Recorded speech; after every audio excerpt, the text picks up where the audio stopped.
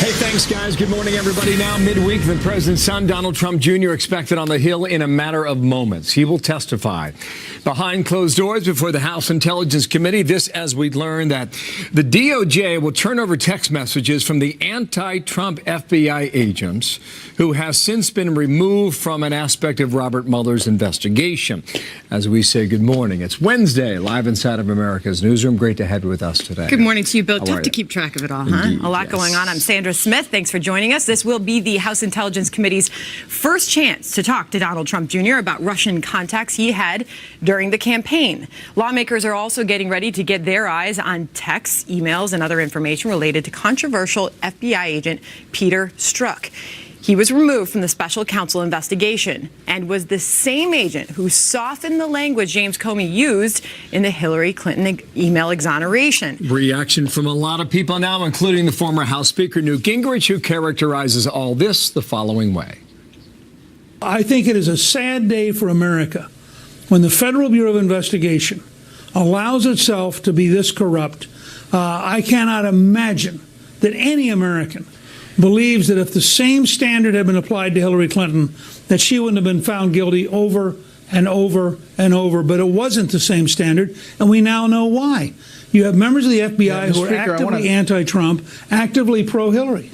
The FBI making the cover of the New York Post this morning, saying the agency stands for Fix Be In. Catherine Herridge is live in Washington. Catherine, what are we expecting from Trump Jr.'s appearance this morning, expecting him at any moment? Well, Sandra, just an hour from now on Capitol Hill, it will be his first appearance before the House Intelligence Committee in a closed session that can handle classified information.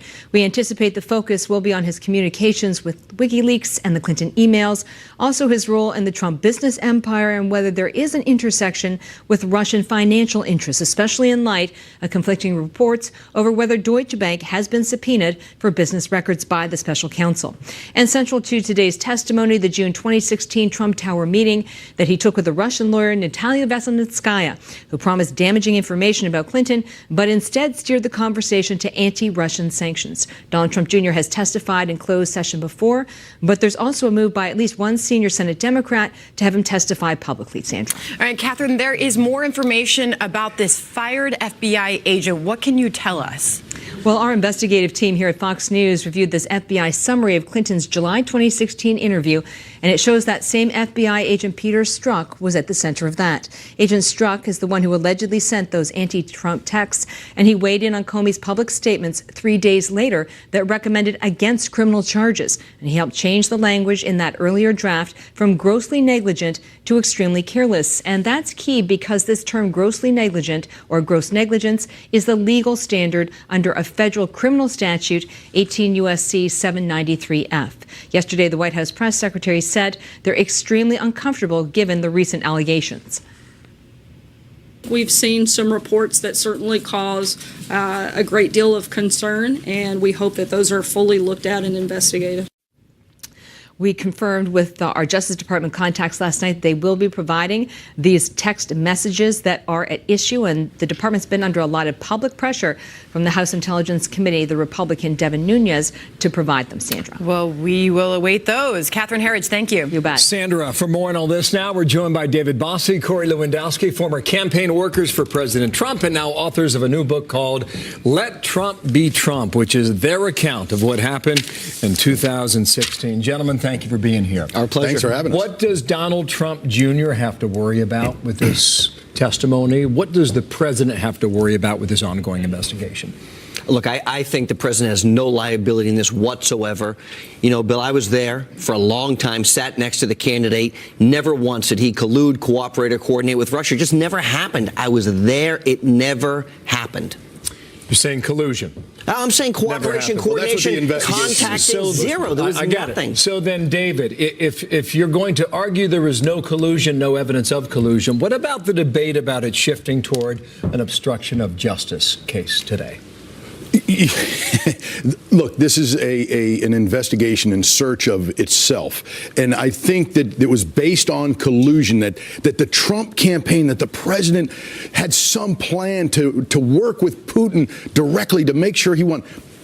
It just was a fabrication. It was made up by the fake news divisions across this country, and it's been perpetrated by them. And so this investigation has been going on nearly 18 months, Bill. Not one scintilla of evidence to show anything to do with it. So now they're veering off into these other things. There's no evidence that the president did anything wrong. We don't know how long or far this goes or how far it runs. But Corey just said the president's got nothing to worry about. I agree with that. Is that true? From our standpoint, Corey was there at the beginning of the campaign, ran it for 18 months. I was there for the last couple of months. We never saw anything to do with any of the topics related to this investigation. There's no facts to back it up. That's why you see, and the FBI is doing their due diligence, but this does not come back to the president. Corey, the text messages, the emails related to the FBI, that's a big part of the story now. What does it tell you about how that branch of government has operated?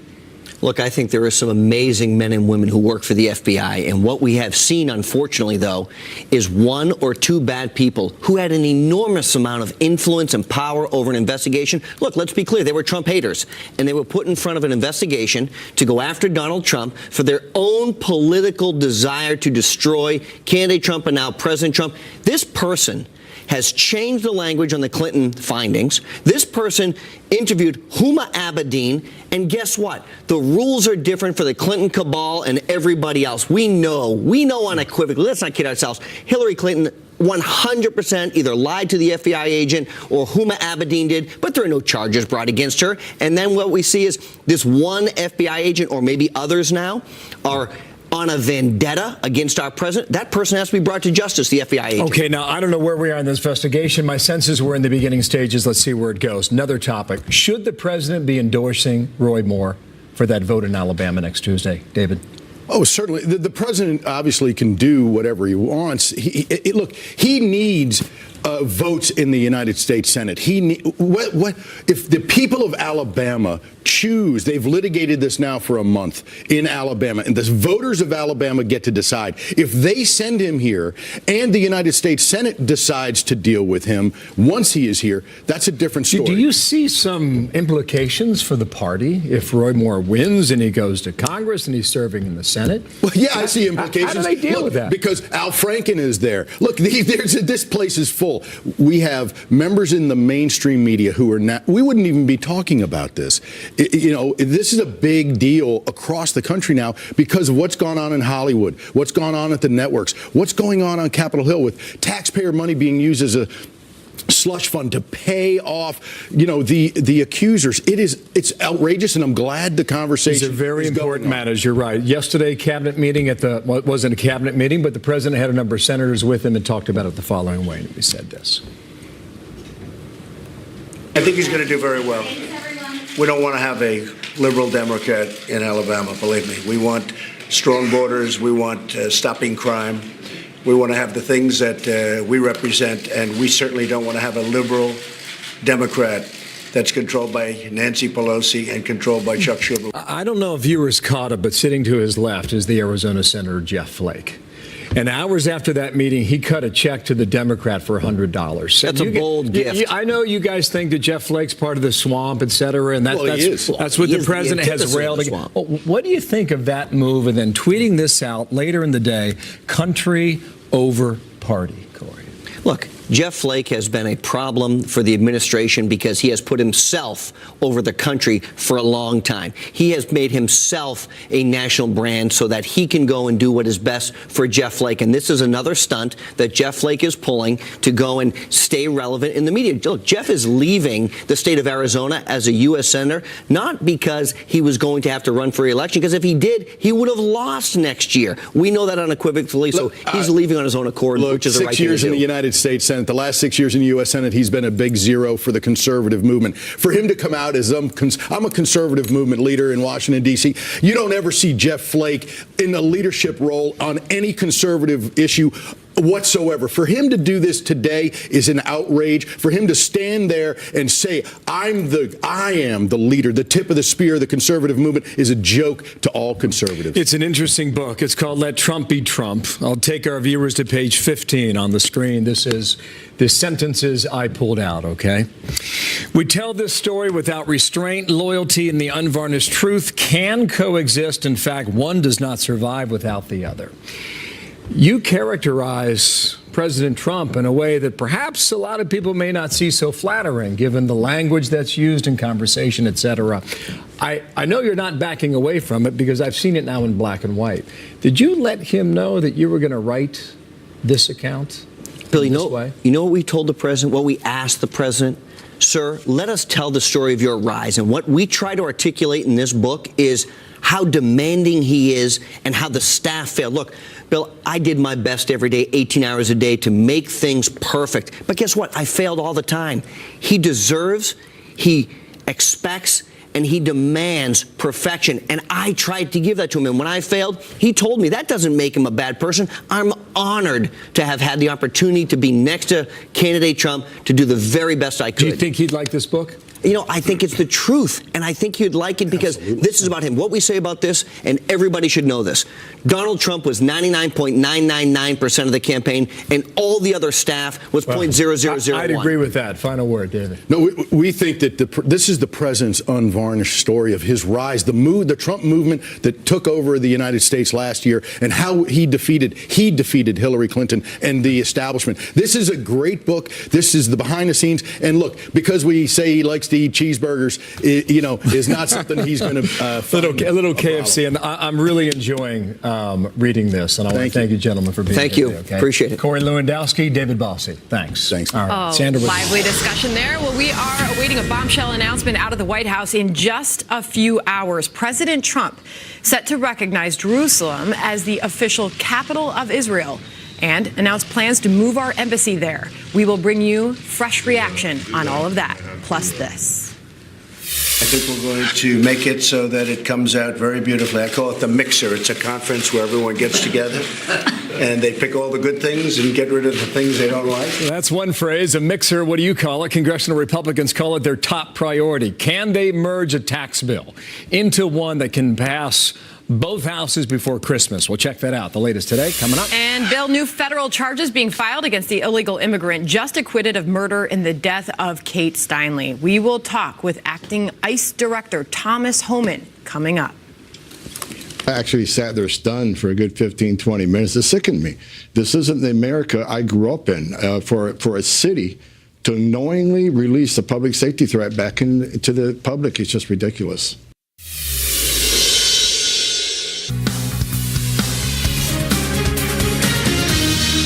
The taxes we're so thrilled about, so popular, and I think something is going to be coming out of conference pretty quickly as opposed to long term. I think it's going to go pretty quickly. We're all on the same page. There's a great spirit in the Republican Party like I've never seen before, like a lot of people have said they've never seen before. They've never seen anything like this, the unity. All right, President Trump liking what he's hearing right now with Republican leaders yesterday talking about the tax plan now as they push to finish the work before his Christmas deadline. Guy Benson, Fox News contributor, political director for townhall.com in Milwaukee today. And Guy, good morning to you there in Wisconsin. Hey, broad, basic question. Will it happen? Yes or no? I think so. I mean, you can never quite count anything out when you're talking about the Republican Party, but I think that they're in a good place right now. There are differences between the Senate bill and the House bill. Some of them are a little bit tricky, but overall, the general thrust is similar enough that I think they're going to get there. And there's a lot of momentum toward this as well. I think what the president just said is right. On one specific matter, on the Obamacare repeal, do you think in the end that survives? And if so, what's the effect of that, Guy? I do think it survives, and the reason is this was good strategy on the part of congressional Republicans, because I was talking to folks on the House side before the Senate went, with their bill. And they said, look, we'd love to get rid of the Obamacare individual mandate. We've voted to repeal it 100 times in the House.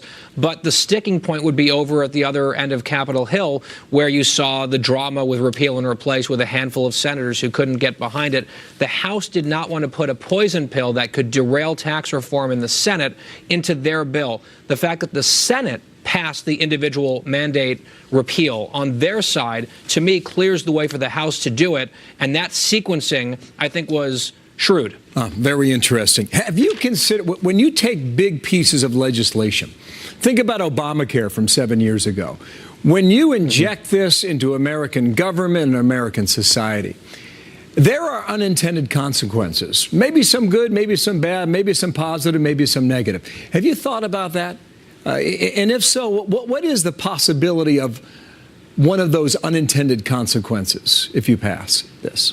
Sure, and that's one of, a lot of the questions about what will this bill do for the U.S. economy, we can only answer that question with projections and guesstimates based on economic analysis. So there are some people who will say the unintended consequence will be higher deficits and not as much growth, not as many new jobs, and more complications for the American people. And the flip side of it could be things go gangbusters, even better than the rosiest projections, and it's a giant win in every possible way. I do think that what the Republicans would tell you is they believe fundamentally that letting people keep more of their own money to spend it for the needs of their family or to save, that is a better use of that money than giving more of it to the federal government, and bringing down the tax burden on the American people and on corporations is good for the economy, and they believe in those ideas. I think there's an article in your future on that very subject. You can also think about the high-tax states and how they change their government policy on the local or state level. You can think about what do these corporations do ultimately with the money. Do they reinvest? Do they build plants? Do they hire people? There's a lot to be said about Do they pay it out in dividends? Exactly. All true. Guy, thank you. Enjoy Milwaukee. Guy Benson with us today. It's cold. Thank you, Bill. Stand by. Enjoy. 20 minutes past the hour. Another big story we're watching at this hour. You are looking at Southern California right now, where wildfires are burning out of control. 150,000 people forced from their homes at this hour, fueled by strong winds and dry weather. We are live at the scene. Plus, President Donald Trump expected to follow through on a major campaign promise, but critics have some big concerns how a decision to move the U.S. Embassy to Jerusalem could impact security in the Middle East. We will move the American Embassy to the eternal capital of the Jewish people, Jerusalem.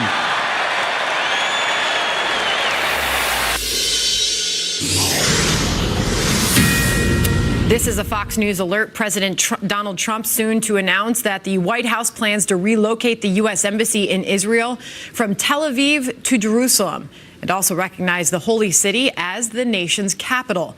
The White House says the move is, quote, a recognition of reality. Listen carefully to the entirety of the speech. Listen to the full content of the speech. The president's very committed to the Middle East peace process. He has a team that he put in place almost immediately upon entering the White House. That team has been working very diligently on new approaches to the peace process. They've been engaged in a quiet way with many in the region around that process. Joining me now is Fox News strategic analyst Lieutenant Colonel Ralph Peters. Looking forward to getting your take. What are the implications of this move, Colonel? The implications of this move are, yes, there will be consequences. There may be violence. Just too bad. Recognizing Jerusalem as the capital of the state of Israel is long overdue. It is the moral and ethical thing to do, and in the long term, it even may have good strategic consequences. But I just keep coming back again and again to the fact that we have tried, from going back to Harry Truman, to pander to the Arabs, pander to the Palestinians, always hoping that somehow peace will break out, they'll see the light. And the result has been that again and again and again from 1948 forward, the Palestinians have rejected a reasonable peace. They've rejected great opportunities, and it's about time we call their bluff. And so morally correct, ethically correct, maybe strategically correct. We'll see about that, but by God, this is one Trump policy I fully support. How will this impact security in the Middle East? Well, we don't know. We've been propagandized on this, where if we do anything to help Israel, anything to honor Israel, anything to support Israel, the Arab world will turn on us. Look at the shambles of the Arab world. They're busy turning on each other. And yes, there may be attacks on U.S. embassies. There may be violence of other sorts. But at some point, you just have to do the right thing and damn the consequences. What will the and I think we're doing the right be thing. with our allies? They have weighed in heavily, criticizing this potential move, as it was, by the president. France, Jordan, Saudi Arabia have said, avoid this. They have shared their feelings with the president on this. What are the repercussions of this with our allies? Now, what has Saudi Arabia done for us lately? With the Europeans, there are concerns. They're in a different situation with everything from economic ties to refugee concerns. So, of course, we have to take their concerns into consideration. But again, sometimes you do the right thing. And of all the allies we have, how about taking Israel's interests into concerns? I mean, Israel... I don't support every single thing the Israeli government does, but by God, anyone who spent time in the Middle East knows that Israel is a rule of law state where women have rights. It's a civilized culture where Arabs have rights as well as Jews, as well as Christians, as well as other minorities. It is the only country in the entire Middle East that any sane American would want to live in if they had to. And so I support Israel. And by the way, just for all the haters out there, no, I'm not Jewish. I'm Episcopalian. But I believe in Israel's right to exist. I believe in the magnificence of their achievement. And by God, we should support them, and this is the right move. As far as this derailing peace efforts, here's what the Palestinian Authority President Mahmoud Abbas had to say about this. He said such a move will have detrimental consequences on the peace process and the prospects for internationally endorsed two-state solution. One aspect of this we have not discussed is that the president is not expected to declare that Jerusalem must be an undivided capital of Israel. Your thoughts on that? I'm glad you raised that point because that's important. This is going to be portrayed as sheer villainy on the part of the administration. But in fact, as you said, East Jerusalem is not suddenly blessed as eternally part of Israel. President Trump, the administration, is still open to a two-state solution. But again, the Palestinians, again and again, have walked away from good deals. Even Jimmy Carter and Bill Clinton couldn't get them to agree, and now they are paying a price. In real life, there are prices to pay. And that's really what the White House said in their statement. They said delaying the recognition of Jerusalem as the capital has done nothing to achieve peace for more than 2 decades. Yes. That's the White House take. This will not be an instantaneous process. The White House has made very clear they still have to pick a site, put security in place, put people there. So we're looking at a timeline of years out, but a huge move by this White House and the president. Colonel, thank you for coming on with us. Great move. Thank you. Another Fox News alert now, 29 past. We're watching Wall Street. What a move we have seen in your 401k. Investors watching Capitol Hill and the tax battle in conference now, and the market's poised for a bit of a mixed open at the moment. We're watching that here live from New York City for you today. Also, the illegal immigrant acquitted in the killing of Kate Steinle, now indicted on multiple federal charges. Is that enough for justice? The acting ICE director, Thomas Homan, is live to talk about that next. Sanctuary cities, they're suing the Department of Justice to get their funding from the federal government. So they want to fund sanctuary cities to keep illegal aliens in, but they don't want to fund a border wall to keep them out. To me, that's bad. 9:32 in New York. The sun's about to rise on the West Coast, and we have got a situation here with these wildfires that is getting worse by the day. Live pictures now. This is Los Angeles in the neighborhood of Brentwood. There are a lot of nice homes here. It's a nice neighborhood east of the 405 freeway along Mulholland Drive. And if you've followed a lot of stories out of L.A. over the years, you're quite familiar with this part of Los Angeles. 50-acre fire. With winds of 25 miles an hour. It's not the size of the blaze, but rather what they're dealing with as it relates to homes in this residential area. So this is growing by the hour, and we'll see what kind of help they get from Mother Nature or no help at all. Jonathan Hunt, our L.A. Bureau, has been all over this story all night long and into the day today. So when we check in with Jonathan a bit later this morning, we'll let you know how they're doing. But some of these backfires have been set, trying to get these flames under control to keep them away from the houses. So there's a lot of concern right now in Los Angeles. Again, live picture now from L.A. We'll get back to that coming up here inside of America's Newsroom. This is a Fox News alert. A federal grand jury indicting illegal immigrant Jose Zarate only days after he was acquitted in the 2015 death of Kate Steinle. The Justice Department releasing a statement saying Jose Inez Garcia Zarate has been indicted on federal firearm charges in association with the death of Kate Steinle. Joining me now for more on this is Acting ICE Director Thomas Homan. Director Homan, it's great to have you on this morning. I remember seeing you in the minutes that followed the Kate Steinle verdict saying you were sickened. You were stunned by the outcome of this case. A bit of time has passed. Where are you on this today? Well, my opinion on sanctuary cities hasn't changed. I mean, we got politicians that are putting their political ambitions, putting politics ahead of public safety. It doesn't make sense. It does never make sense for politicians to release a known public safety threat back into the public when they're here illegally. Let's talk about this case in San Francisco. These politicians knew he was a 7-time convicted felon, 4 of them narcotics-related manufacturing and sale. A 7-time convicted felon, been deported many times. We had notified them we wanted custody of him. Knowing all this, what do? They release him back in the street, and now a young lady's dead. It's ludicrous what's going on. Well, let's talk about these new federal charges that we just highlighted there for being a felon in possession of a firearm and ammunition, and for being an illegally present alien in possession of a firearm and ammunition. If convicted of either charge, he could face a maximum of 10 years in jail. Is that enough? It's a start. I mean, the night of the verdict, I was on the phone with officials from DOJ talking about what more we can do. Look, the federal government's going to enforce federal law. If the politicians in San Francisco aren't going to protect their citizens, we will. So, they call themselves a sanctuary city. I want to make something clear. There's no sanctuary from federal law enforcement. We will do our job in the city of San Francisco and other sanctuary cities like Chicago, New York, Philadelphia. I mean, we're going to do our job, and we're going to increase our resources in those cities to go get these public safety threats that these jurisdictions intentionally release back into the communities.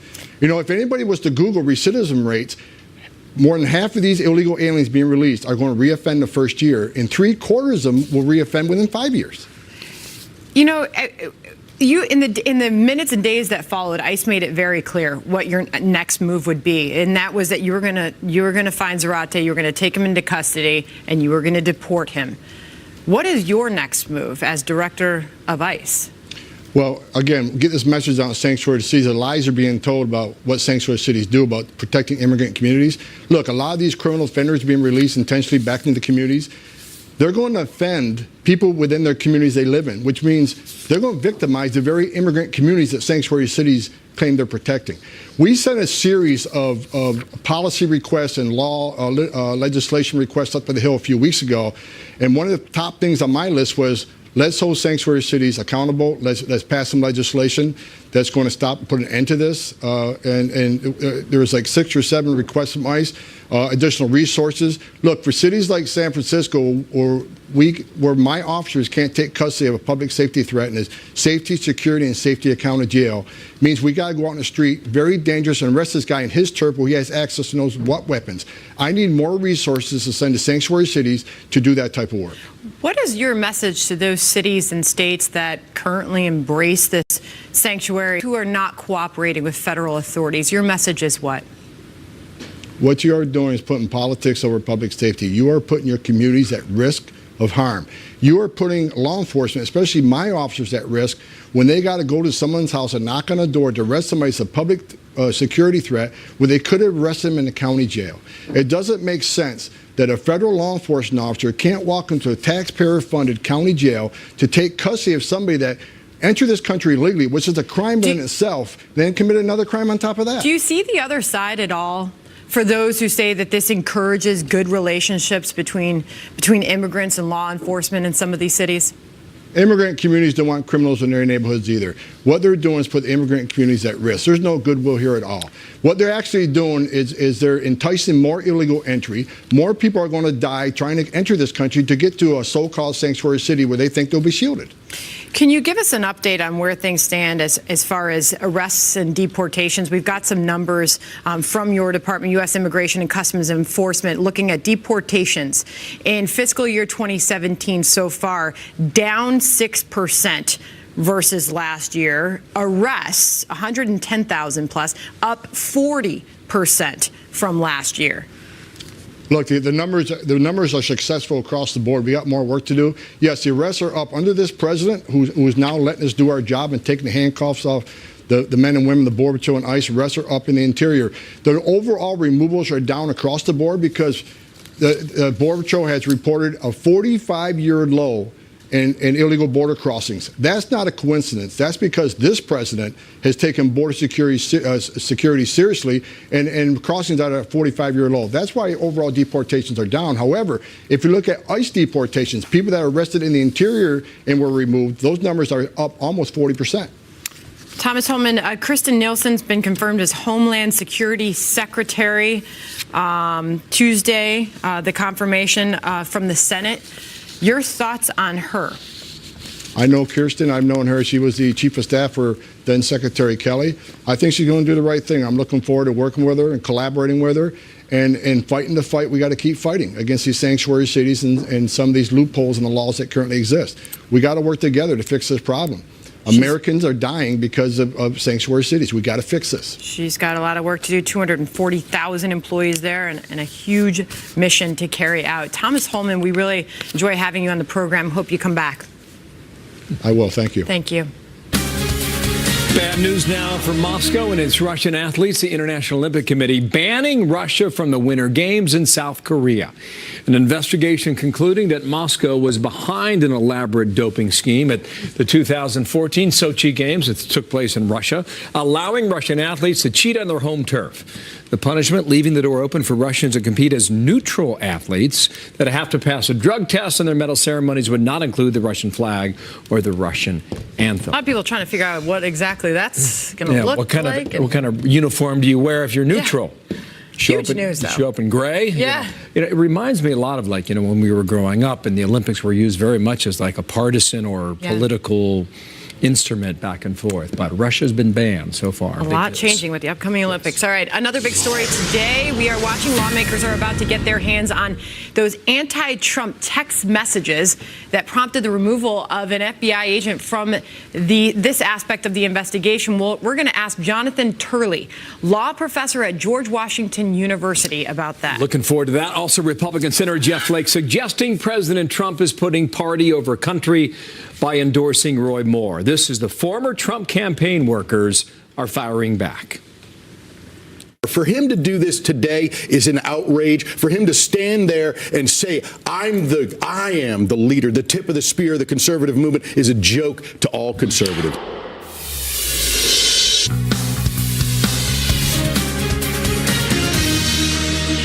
Jeff Flake has been a problem for the administration because he has put himself over the country for a long time. He has made himself a national brand so that he can go and do what is best for Jeff Flake. And this is another stunt that Jeff Flake is pulling to go and stay relevant in the media. 6 years in the United States Senate, the last 6 years in the U.S. Senate, he's been a big zero for the conservative movement. That's for earlier this hour. Bossy Lewandowski now, former campaign manager, slamming campaign workers. Slamming Jeff Flake after the Arizona senator appeared to call out President Trump for backing the Alabama Senate candidate Roy Moore. Carl Rowe, former White House Deputy Chief of Staff President George W. Bush, Fox News contributor, Austin, Texas.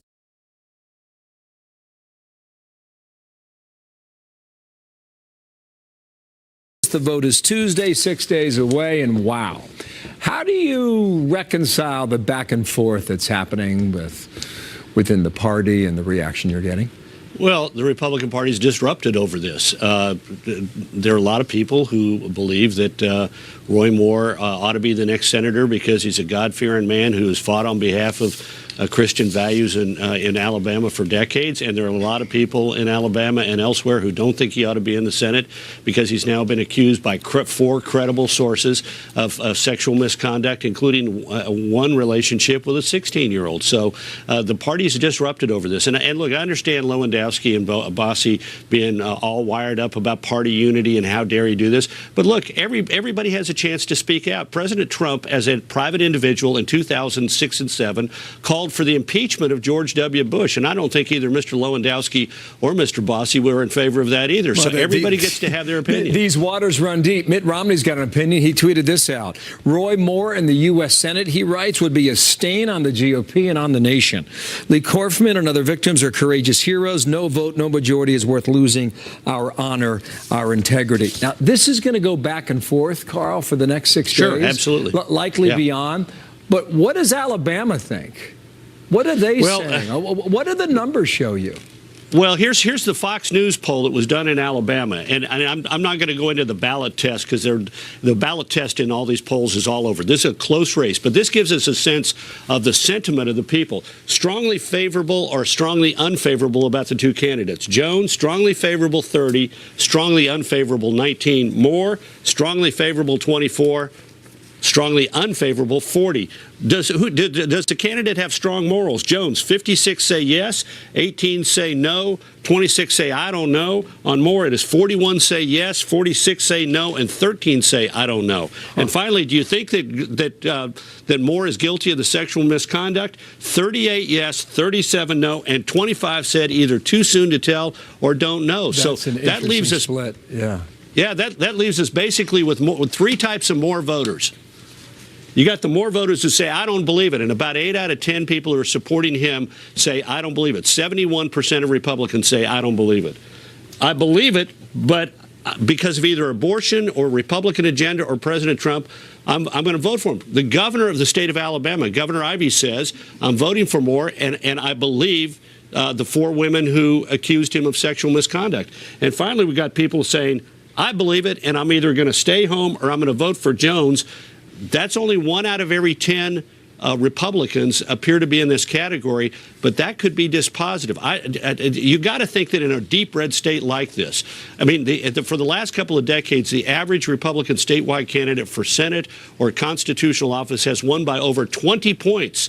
So you would think that this would be Moore's advantage, but this makes it a close race, and particularly since he's got. Here's what I see. Let me just try and cut through this a little bit. Trump won the state by 28 points, right? He's got a rally in Pensacola in a couple of days. It's going to feed over to the television market in Mobile, Alabama. Based on the numbers you show, folks like you and others can't call this race today, right? No, I think. And look, this is going to be one where I think it's going to be determined in the last 48 hours, where people sort of say, okay, given all that I know, am I going to vote? And if I'm going to vote, who am I going to vote for? And this is why, to some degree, Moore has an advantage that these charges came out when they did, because there's been enough time for people to sort of, get a hold of them, and they sort of dwindle away. And the issue of Doug Jones being in favor of unlimited abortion, and of President Trump's endorsement, and of Trump saying we don't need a liberal, all of this serves to Moore's advantage. The question is it going to be good enough for him? It's an interesting evaluation. You got it. Carl, thank you so much. 12/12 next Tuesday. Nice to see you. You bet. Massive wildfires burning out of control in Southern California right now. You are looking at live pictures. 150,000 people forced from their homes. Many homes in the paths of these flames at this very moment. We are live from the scene right after the break. Something blew over, caught the palm trees on fire. When the palm trees caught on fire, it just started. It's something that I never wanted to see. It's a terrible feeling.